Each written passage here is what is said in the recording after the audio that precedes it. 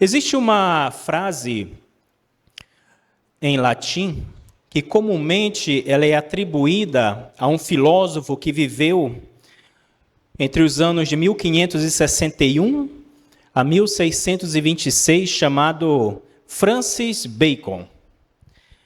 E essa frase diz: "Scientia potentia est". Os irmãos sabem o que significa?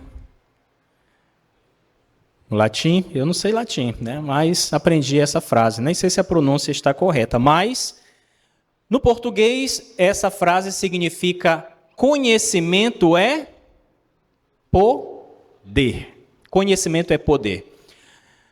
Alguém já ouviu essa frase? Conhecimento é poder? Então é uma frase que não é difícil de se ouvir, porque de fato conhecimento é poder. E no mundo em que ele passa por constantes transformações, em vários aspectos, setores, está atualizado, está sempre atualizando o conhecimento é muito importante. Imagine que você tem uma necessidade em sua casa de consertar um determinado móvel. Você abre ali a sua caixa de ferramenta e o que você encontra lá? Apenas um martelo. Você acredita que um móvel tão danificado pode ser consertado apenas com uma ferramenta, um martelo? Certamente não. Assim também é na nossa vida. A nossa mente pode ser comparada a uma caixa de ferramenta. E nós precisamos colocar ali ferramentas e ferramentas e ferramentas para que, diante de uma necessidade, possamos ter opções para utilizar na resolução dos problemas do dia a dia, para o crescimento intelectual, para o aprimoramento das nossas capacidades. Isso é conhecimento. E nós precisamos estar constantemente aprendendo. Recentemente, nós tivemos divulgado amplamente na mídia um episódio que está acontecendo, que é a guerra da Rússia e a Ucrânia.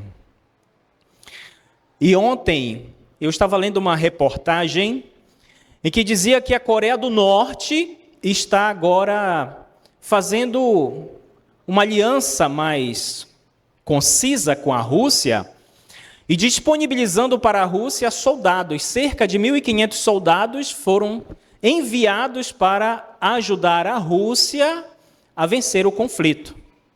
E o que a Coreia do Norte ganha com isso? Bem, ela recebeu toneladas e toneladas de arroz para ajudar no problema da fome que acontece naquele país, na Coreia do Norte. Os soldados vão receber uma certa quantia em dinheiro, em dólar, para também ajudar na economia do país. Diante de uma necessidade, conflito ali na Península Coreana, a Rússia pode ajudar a Coreia para a se defender. Mas o mais importante, diz a reportagem, o que a Coreia do Norte mais anseia é o conhecimento da ciência espacial. E ela poderá, a partir daí, fabricar satélites militares mais eficientes para ajudar nos seus propósitos. Conhecimento. Conhecimento é poder. E nós vemos isso em todas as partes. Mas partindo da realidade do mundo, nós podemos agora fazer uma reflexão espiritual a respeito dessa temática. E falar a respeito do conhecimento de Deus. Assim como é importante nós conhecermos a respeito da ciência, dos avanços, da cultura, será que é menos importante nós conhecermos o nosso Criador, o nosso Pai, o nosso Deus? Os irmãos acham que é menos importante conhecer a Deus? Certamente não. Conhecer a Deus é muito mais importante. E vamos falar sobre esse conhecimento. Como o conhecimento de Deus é manifestado? A Bíblia nos apresenta algumas formas em que nós podemos contemplar a Deus, em que Deus se torna conhecido ao ser humano. São experiências comuns em que qualquer um de nós podemos ter esse conhecimento de Deus. Qualquer pessoa, seja ela cristã ou não, tem a oportunidade de ter o conhecimento de Deus por meio dessas manifestações. E a primeira delas está registrado no livro de Salmos, capítulo 8, versículos 3 e 4. Salmos 8, versículos 3 e 4. O salmista, movido pelo sentimento de gratidão e de reverência a Deus, expressa, inspirado, as seguintes palavras: quando vejo os teus céus, obra dos teus dedos, a lua e as estrelas que preparaste, que é o homem mortal para que te lembre deles? E o filho do homem para que o visites? O salmista estava contemplando o quê? A natureza. E o hino que nós cantamos para o início do culto fala a respeito disso. Altamente os céus proclamam. Então, o céu, a natureza, tudo que nós vemos, toda a criação de Deus, fala altamente aos nossos ouvidos a respeito de um Deus criador. E nós adquirimos o conhecimento desse Deus através dessas obras que ele criou. No livro Caminho a Cristo, na página 9, diz assim: olhe para as coisas maravilhosas e lindas que há na natureza. O brilho do sol e a chuva que alegram e refrescam o solo, as colinas, os mares, as planícies, tudo isso fala do amor do Criador. Quando você vê a chuva caindo, quando você vê o sol brilhando, quando você vê as correntes fluindo nos córregos, isso está falando o que para nós? Deus me ama, Deus te ama, Deus nos ama. Foi Ele quem criou todas essas coisas. E diz mais na página 10 do mesmo livro: Deus é amor. Está escrito em cada botão de flor que se abre, em cada folha que cresce no campo. Os belos pássaros que alegram o ar com os seus alegres cantos, as flores perfeitas e delicadamente coloridas, que perfumam o ar, as árvores frondosas da floresta, com sua exuberante e viçosa folhagem, tudo dá testemunho do cuidado paternal do nosso Deus e do desejo que Ele tem de nos tornar seus filhos felizes.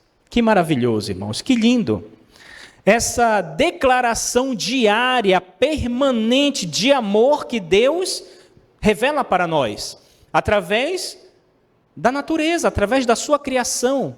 A criação nos fala de Deus, do amor de Deus para nós. E eu pergunto, você tem contemplado esse amor? Você tem parado para olhar essa manifestação do amor do Criador através da natureza? Ou simplesmente passamos o olhar como algo comum e nem paramos para perceber ou para pensar como Deus é maravilhoso, como Deus nos ama? Criou as árvores, criou as colinas, criou as flores. O que seríamos nós, seres humanos, sem essa maravilhosa criação? Certamente não existiríamos. Por isso existe uma preocupação constante de autoridades de vários países com relação ao clima, à natureza, à conservação ambiental. Porque sem a natureza nós vamos o quê? Morrer. Sem a natureza o homem morre.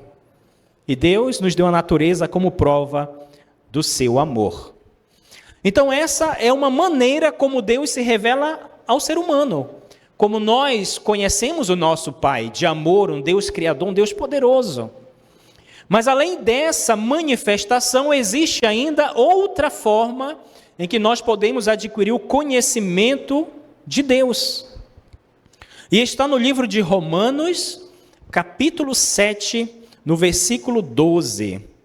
Romanos 7, 12 diz assim: E assim a lei é santa, e o mandamento santo, justo e bom. Deus se manifesta por meio da sua lei. Esse é o sentido. Por meio da lei que Deus estabeleceu e nos deu bondosamente, nós podemos enxergar um Deus santo, um Deus bom, um Deus justo. No livro Testemunho, página 132, diz assim: Temos de oferecer aos homens alguma coisa melhor do que eles possuem. A própria paz de Cristo, que excede todo entendimento.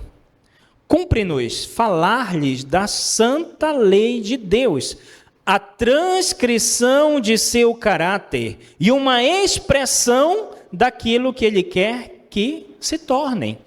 Então devemos falar para as pessoas que existe uma lei, e essa lei foi estabelecida por Deus para a nossa felicidade,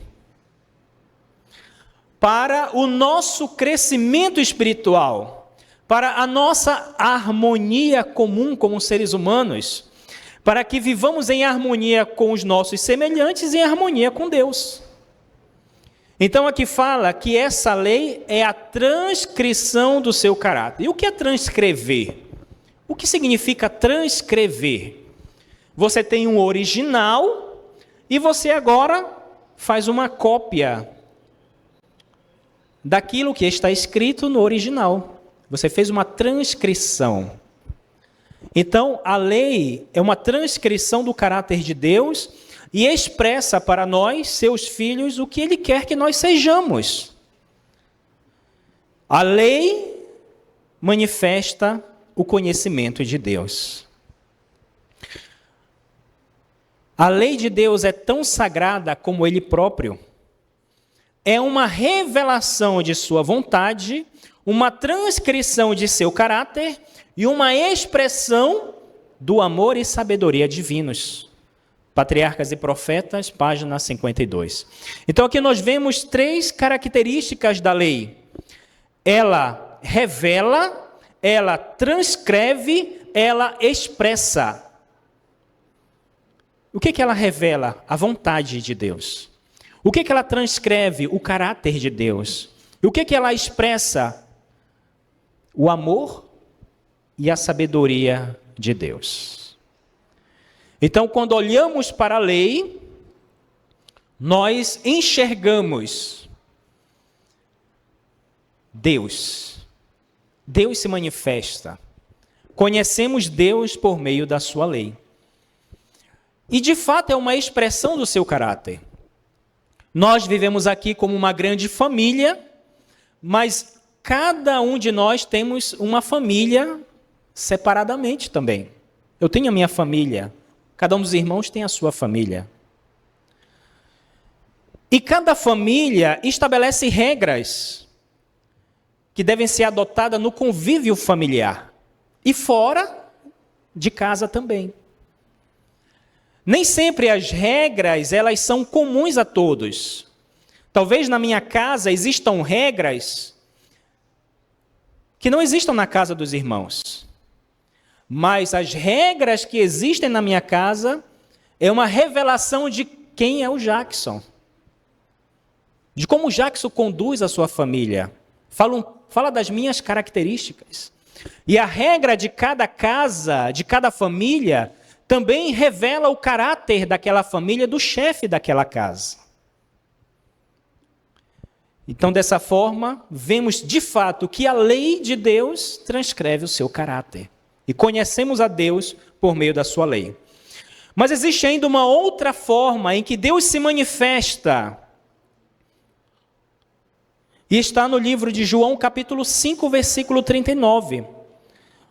O Evangelho de Cristo, segundo o relato de João, no capítulo 5, versículo 39, o próprio Jesus declara: examinais as Escrituras, porque vós cuidais ter nelas a vida eterna, e são elas que de mim testificam. As Escrituras falam de Deus. A Bíblia Sagrada revela o Criador. E nós vemos Deus por meio das Escrituras. Nos lugares celestiais, página 135 diz: a Bíblia é a voz de Deus a falar-nos, exatamente como se pudéssemos ouvi-lo com os nossos ouvidos. A palavra do Deus vivo não é meramente escrita, mas falada. A leitura e a contemplação das Escrituras seriam consideradas uma audiência com o Altíssimo. Você quer ter uma audiência com Deus? Você quer estar na presença do Deus do universo, do Criador de todas as coisas? Abra a sua Bíblia. Abra a palavra de Deus. E aqui fala que por meio da palavra de Deus nós podemos ouvir a voz de Deus, porque esse livro não é apenas uma escrita, mas é a própria voz de Deus falando aos corações. E como adquirimos conhecimento das pessoas? Quando nós as ouvimos. Se eu chegar aqui na igreja, chego a primeira vez, não sou uma pessoa conhecida dos irmãos, sento e fico calado. Os irmãos vão ver minha aparência, o irmão Jackson. Mas, do momento em que eu começo a falar, que eu começo a conversar, que eu começo a me comunicar, que eu começo a expressar meus pensamentos, as minhas ideias, as minhas opiniões, então existe uma leitura do irmão Jackson. Ah, ele pensa assim. Essa é a opinião dele. Então, quando nós ouvimos Deus falar aos nossos corações por meio da sua palavra, nós conhecemos a Deus. Conhecemos mais o nosso Pai, o nosso Criador. Por isso devemos abrir e refletir, ler, meditar, pesquisar na sua santa palavra. Mas além dessas três manifestações, podemos ter ainda uma outra manifestação de Deus, onde nós adquirimos o conhecimento do nosso Pai, o nosso Criador. E está no livro de João, capítulo 14, versículo 9 e 10. E Jesus declarou o seguinte: disse-lhe Jesus: estou há tanto tempo convosco e não me tens conhecido, Felipe? Quem vê a mim, vê o Pai. Como dizes tu? Mostra-nos o Pai. Não crês tu que eu estou no Pai e que o Pai está em mim? Jacó, como muitos de nós, cresceu em um lar cristão. Seu pai, Isaque, foi um homem muitíssimo abençoado. Ele era filho da promessa. Isaque seguiu o exemplo do seu pai e educou o seu lar nos caminhos de Deus. Mas será que Jacó possuía um conhecimento de fato de Deus ou apenas um conhecimento teórico? Na nossa experiência como adultos, temos aqui jovens, também temos crianças. Será que nós estamos muitas vezes agindo como Jacó agia? O seu relacionamento com Deus O relacionamento de Jacó muitas vezes não se assemelha no relacionamento que nós também temos com Deus? Jacó conhecia o Deus do seu pai, ouviu muitas histórias a respeito das maravilhas que Deus havia operado. Jacó reconhecia que Deus criou todas as coisas. Então o conhecimento de Jacó era um conhecimento profundo. Porém, irmãos, Deus fez a promessa de que o filho mais novo, Jacó, seria servido pelo filho mais velho, Esaú. E Jacó cresceu ouvindo sua mãe lhe contar a respeito dessa promessa, dessa profecia que Deus havia feito. E ele acreditava.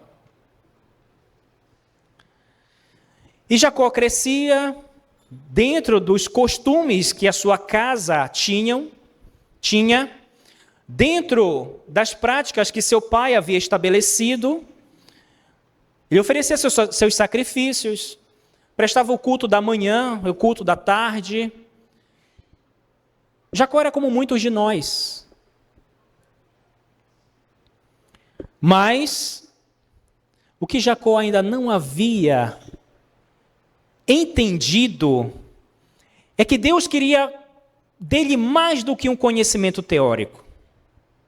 E o que Jacó fez? Conhecemos a história? Ele decidiu roubar a primogenitura de seu irmão, a bênção que os patriarcas eles davam a seus filhos. Geralmente, quando se aproximavam os momentos finais da sua vida, os patriarcas tinham o costume de chamar seus filhos e proferir sobre eles bênçãos. E Jacó sabia que a bênção para o primogênito era uma bênção especial. E ele queria muito essa bênção. Ele agiu com engano. Jacó foi um usurpador. Nos dias de hoje, ele seria acusado de falsidade ideológica, porque ele se passou por outra pessoa. Ele fez com que Isaac pensasse que ele era Esaú, mas na verdade não era Esaú, era Jacó. Ele se colocou no lugar do seu irmão e roubou a bênção que era para o seu irmão. A bênção, nós podemos exemplificar essa bênção como um dote muito grande, uma herança muito grande, uma grande riqueza. Digamos que uma família tem 2 irmãos e tem uma herança muito grande. Um irmão tem direito, o outro não tem. E esse irmão que não tem, vai lá, frauda documentos, frauda assinaturas, frauda registros e rouba a herança que era do outro irmão. Foi isso que Jacó fez. Irmãos, Jacó conhecia Deus, mas o seu conhecimento era um conhecimento apenas teórico. E a pena inspirada diz em Patriarcas e Profetas, página 178. Mas conquanto Jacó estimasse as bênçãos eternas mais do que as temporais, não tinha um conhecimento experimental do Deus que ele venerava. Seu coração não se havia renovado pela graça divina. Acreditava que a promessa relativa a si não se poderia cumprir enquanto Esaú retivesse os direitos de primogênito. E procurava constantemente descobrir um meio pelo qual pudesse conseguir a bênção que em tão pouca conta era tida por seu irmão, mas que para ele era tão preciosa. Qual era o problema de Jacó? Deus já havia prometido, Deus já havia garantido que a bênção seria dele, ele seria aquele que receberia a herança da primogenitura, as bênçãos da primogenitura. Deus já havia dito. O pai de Jacó já havia falado que Deus não mente.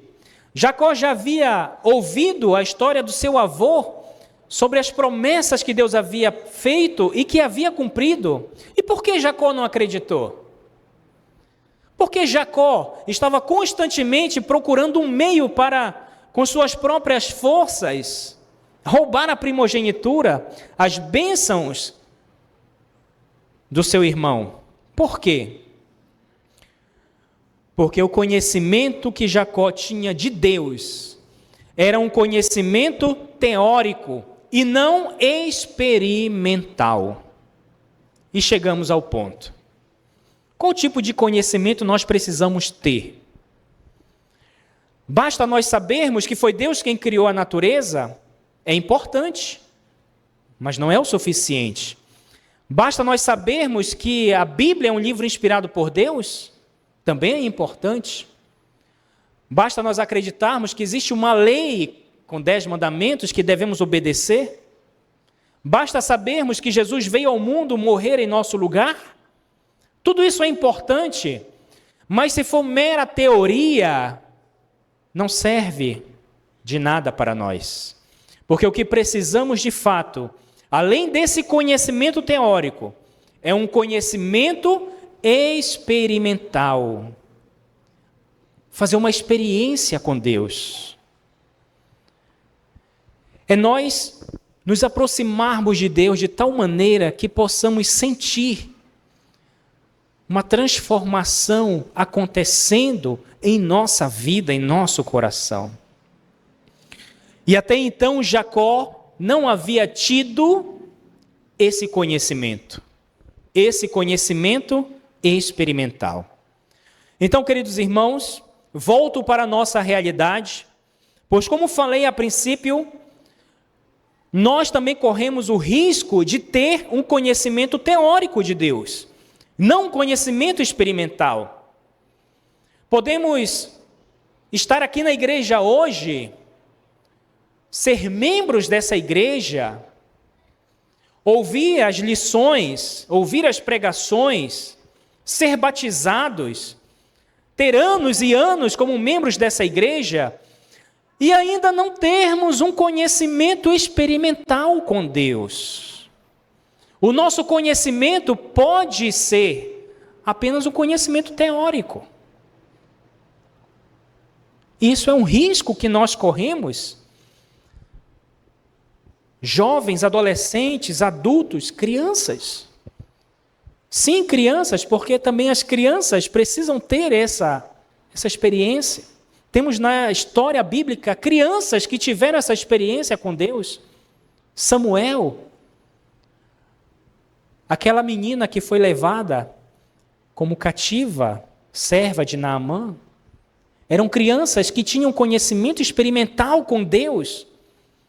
Adolescentes, jovens como Daniel, seus companheiros, adultos, anciãos, todos precisamos ter um conhecimento experimental com Deus. E o nosso conhecimento é de fato um conhecimento experimental ou é apenas teórico? Estamos aqui hoje nessa manhã, convictos de que Deus transformou o nosso coração, que somos verdadeiramente dele, que estamos dispostos a abrir mão de tudo aquilo que Ele pedir, que Ele exigir, para servir melhor a Deus, para abençoar a vida de outras pessoas, para estarmos um dia com o nosso Salvador nas mansões celestiais? Ou temos feito reservas em nossa vida? Ou temos guardado em nosso coração pecados de estimação, que são os pecados acariciados? Por que pecados de estimação? Porque nós não queremos abrir mão desses pecados. Nós não queremos abandonar esses pecados. Os irmãos que têm animais de estimação, aqueles que amam de fato seus animais, nem passa pela mente deles abandonar um bichinho no meio da rua. Deixar passar fome, não cuidar. Não, você quer cuidar porque você ama. Assim também é um pecado de estimação. Você não quer abandonar, porque você ama aquele pecado. Você não quer abrir mão dele, você não quer deixar ele morrer de fome. Você está constantemente alimentando esse pecado, e a cada dia ele está crescendo, se fortalecendo. Isso não pode ser assim, irmãos. Porque essa é a prática de um crente que tem apenas um conhecimento teórico de Deus, e não um conhecimento experimental. Se nós estamos aqui nessa manhã, É porque Deus nos deu o privilégio de ter um conhecimento com Ele profundo, verdadeiro. E é isso que Ele quer para nós. E eu quero compartilhar com os irmãos a declaração de alguém que de fato conheceu a Deus de forma experimental. Vamos ler primeira epístola de João, capítulo 1, versículos de 1 a 4. Uma apresentação, irmãos, maravilhosa que João faz a respeito de Cristo. É muito lindo ler essa introdução que João faz da sua epístola, falando a respeito de Cristo. Veja só, acompanhe a leitura. O que era desde o princípio, o que ouvimos, o que vimos com os nossos olhos, o que contemplamos e as nossas mãos tocaram, isto proclamamos com respeito ao Verbo da vida. Pois a vida foi manifestada, e nós a vimos, e testificamos dela, e vos anunciamos a vida eterna, que estava com o Pai e nos foi manifestada. O que vimos e ouvimos, isso vos anunciamos, para que também tenhais comunhão conosco, e a nossa comunhão é com o Pai e com o seu Filho Jesus Cristo. Estas coisas vos escrevemos para que a nossa alegria seja completa. Amém.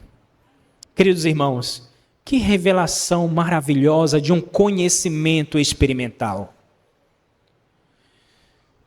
João começa apresentando o verbo da vida, dizendo: o que nós estamos testificando para vocês não é algo superficial, não é algo teórico, não é algo que nós ouvimos falar, mas algo que nós experimentamos.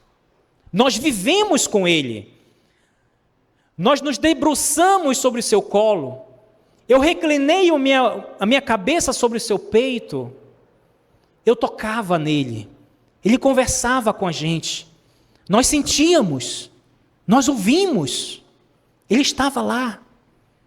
Nós experimentamos esse verbo. Jesus, o verbo da vida, foi manifestado para nós, e nós falamos dele, anunciamos, porque ele é a vida eterna. Nós falamos daquilo que nós experimentamos. Nós anunciamos porque nós temos comunhão com o Pai e temos comunhão com Cristo, e desejamos que você também, que hoje está ouvindo essa palavra, João está dizendo para nós hoje, e desejamos que você também tenha essa comunhão com Cristo. Não queremos um conhecimento teórico superficial. Nós precisamos de um conhecimento experimental. Atos dos Apóstolos, página 545, diz assim: a fervente e profunda afeição de João por seu mestre não era causa do amor de Cristo por ele. Ou seja, Cristo amava João, sim. E a Bíblia fala, expressa esse amor, se referindo a João como um discípulo amado. Cristo amava João. Porém, a afeição de João por Jesus, por seu mestre, não era isso que motivava o amor de Cristo para com ele, mas a afeição que João tinha por Cristo era o efeito do amor de Cristo. O efeito. Cristo nos amou primeiro, deu sua vida por nós, e está constante e incessantemente trabalhando em favor da nossa salvação. E qual tipo de amor nós devemos nutrir em nosso coração para com esse Salvador que nos ama? A mesma profunda afeição que João tinha por Jesus. E diz mais: João desejava tornar-se semelhante a Jesus. Qual era o desejo de João? Ser semelhante a Jesus. João desejava ser semelhante a Jesus. Era um desejo do seu coração. E sob a transformadora influência do amor de Cristo, tornou-se manso e meigo. O desejo de João foi realizado na sua vida. De todos os discípulos, João era o que mais se pareceu, foi o que mais se pareceu com Cristo, na forma em que se expressava, na forma como gesticulava, na forma como conversava com as pessoas. João alcançou isso. Isso não é lindo? Isso não é maravilhoso? Sim. Ele se tornou manso, se tornou meigo, por quê? Porque ele desejava, ele queria.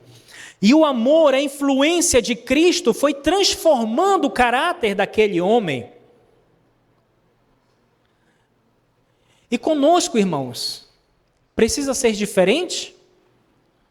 Precisamos estar lutando diariamente com as nossas próprias forças, da nossa maneira, e não vendo avanço na nossa caminhada cristã, na nossa transformação de caráter? Não, irmãos, não precisamos passar por isso. Precisamos, assim como João, nos render a essa influência transformadora, dizer ao Senhor: Senhor, eu quero ser semelhante a Ti, transforma a minha vida. Diz mais, o eu de João estava escondido em Jesus.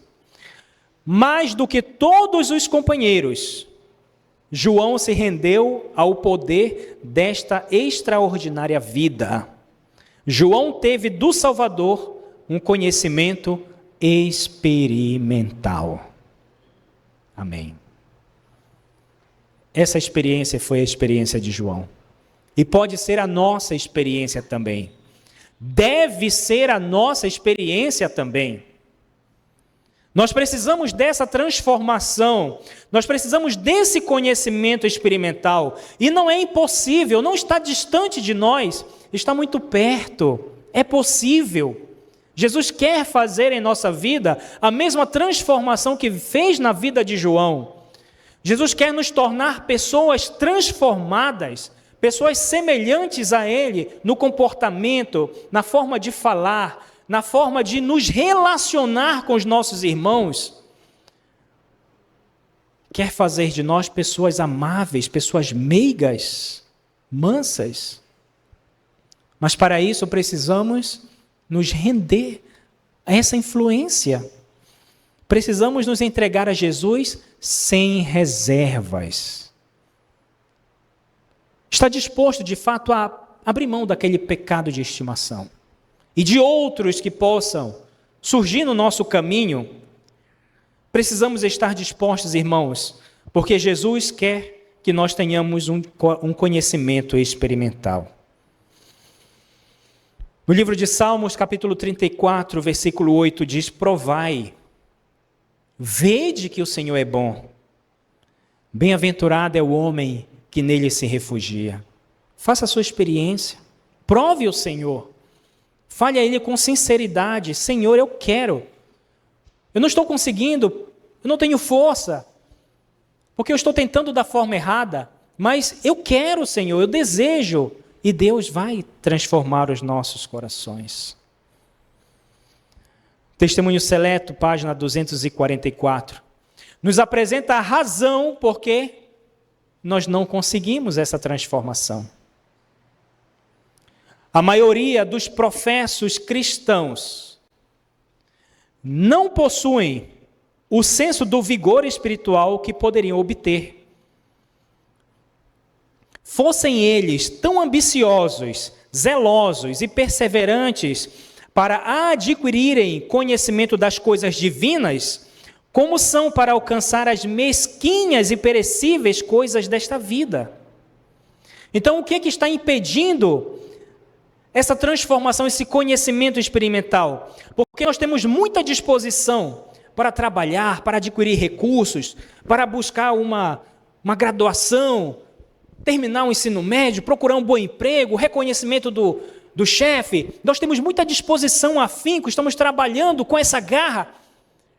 Mas quando nós viramos para as coisas espirituais divinas, cadê o empenho? Cadê o afinco? Cadê a disposição? Não existe. E esse é o problema. Estamos buscando as coisas dessa terra e as coisas celestiais estão sendo deixadas de lado. É isso que o texto está dizendo. Somos ambiciosos, perseverantes para adquirir as coisas terrestres, mas as coisas celestiais não. As massas que professam ser cristãs têm se contentado em ser anões espirituais. Anão espiritual. Não cresce, não sai do canto, não sai do lugar. Está ali 1 ano, 2, 3, 5, 10, 20, não cresceu. É um anão espiritual. Por quê? O problema está nesses pontos que eu acabei de falar. Não conhecem a Cristo por um conhecimento experimental. Irmãos, precisamos fugir dessa tendência, dessa corrente que está levando o mundo cristão para o nanismo espiritual, para a falta de conhecimento e de crescimento. Precisamos andar contra a corrente, segurando na mão de Jesus. Oséias capítulo 6, versículo 3 diz: conheçamos e prossigamos em conhecer ao Senhor. Como a alva será a sua saída, e ele a nós virá como a chuva serôdia que rega a terra. O meu desejo é que ricas chuvas de conhecimento, de um conhecimento espiritual, de um conhecimento experimental, seja derramada sobre a vida de todos nós. Amém.